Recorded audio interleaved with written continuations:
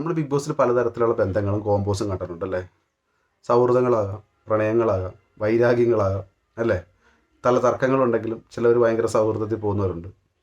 Example പറയുകയാണെങ്കിൽ മറ്റേ ഗബ്രിയും ജാസ്മിനൊക്കെ ഉണ്ടല്ലോ, ഭയങ്കര ആ സീസൺ മൊത്തം പേര് കേട്ടിട്ടുള്ള ഒരു കോംബോ ആയിരുന്നത്. അതുപോലെ ശ്രീനിഷും പേളിയുമാണിയും. ബിഗ് ബോസ് സീസൺ 7 വളരെ മനോഹരമായിട്ടൊരു കോംബോ ഉണ്ട്, ഷാനവാസിൻ്റെയും അനീഷിൻ്റെയും.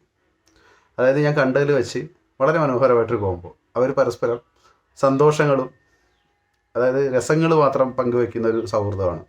ആരുടെ കുറ്റം പറയാനോ അവരെ അങ്ങനെ ചെയ്താൽ ഇങ്ങനെ ഔട്ടാക്കാമെന്നോ ഇങ്ങനെ ചെയ്താൽ ഇങ്ങനെ ഔട്ടാക്കാമെന്നോ ഒരു ഡിസ്കഷനും ഇല്ല. എന്നാൽ അവരങ്ങോട്ടും ഇങ്ങോട്ടും വളരെ മനോഹരമായിട്ട് മനസ്സിലാക്കുന്നുണ്ട്.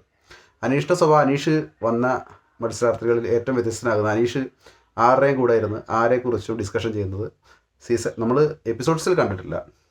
ഷാനവാസ് ചെയ്യാറുണ്ട്, എന്നാൽ പോലും ഷാനവാസിൻ്റെയും അനീഷിൻ്റെയും ഒരു സൗഹൃദം എന്ന് വെച്ചാൽ വളരെ മനോഹരമായിട്ടൊരു സൗഹൃദമാണ്.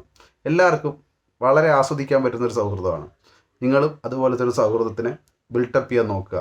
കുറ്റങ്ങൾ പറയാത്ത, നമ്മളെ മനസ്സിലാക്കുന്ന ഒരു സൗഹൃദത്തിനെ ബിൽഡ് ചെയ്തെടുക്കാൻ നോക്കുക, പരസ്പരം മനസ്സിലാക്കുന്ന.